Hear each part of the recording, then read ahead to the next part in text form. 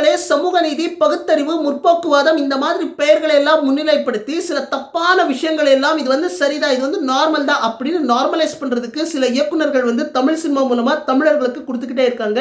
இதுக்கு the best example ரீசெண்டா வெளியா இருக்கின்ற டியூட் படத்தை வந்து நம்ம பெஸ்ட் எக்ஸாம்பிளா எடுத்துக்கலாம்.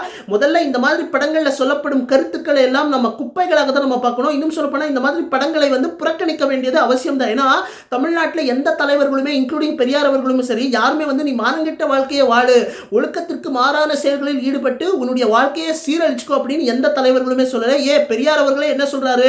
மானமும் அறிவும் மனிதனுக்கு அழகு அப்படின்னு தான் சொல்றாரு. எல்லாத்துக்கும் மேல 2000 ஆண்டுகளுக்கு முன்னாடியே நம்முடைய வள்ளுவர் என்ன சொல்றாரு? ஒழுக்கம் விழுப்பம் தரலான், ஒழுக்கம் உயிரினும் ஓம்பப்படும் அப்படின்னு சொல்றாரு. ஒழுக்கத்தை வந்து உயிருக்கு நிகர் அப்படின்னு சொல்றாரு இல்லையா?